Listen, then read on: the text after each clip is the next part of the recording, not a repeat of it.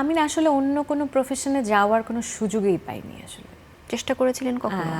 চেষ্টাও করার সুযোগ হয়নি। কারণ আমি একজন সঙ্গীত শিল্পী হিসেবে নিজের জীবনের পথ চলাটা, এটার জন্য আসলে নিজস্ব একটা আইডিওলজি থাকে যে এই কারণে আসলে আমি একজন শিল্পী সত্তা হয়ে বা একজন শিল্পী হয়ে আসলে বেঁচে থাকতে চাই। এটার পেছনে কি নিজের কোনো আলাদা ধারণা আছে যে ওয়াই দিস প্রফেশন?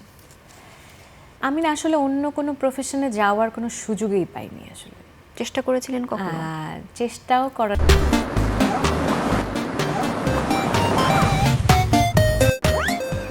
সুযোগ হয়নি। কারণ আমি 2008-এ যখন একটা রিয়েলিটি শোতে আসি, তখন আমি ক্লাস 10-এ পড়ি।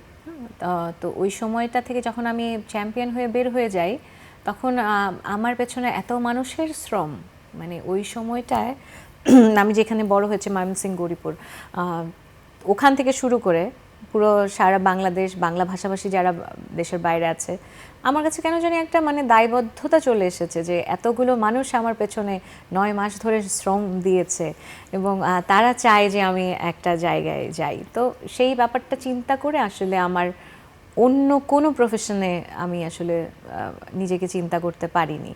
মনে হয়েছে যে এই গানটাই আমার জন্য। এবং তারপর যখন এখন মনে হয় যে আচ্ছা ঠিক আছে অন্য কিছু দেখি ট্রাই করি, এখন আর হয় না। এখন আর হবে না।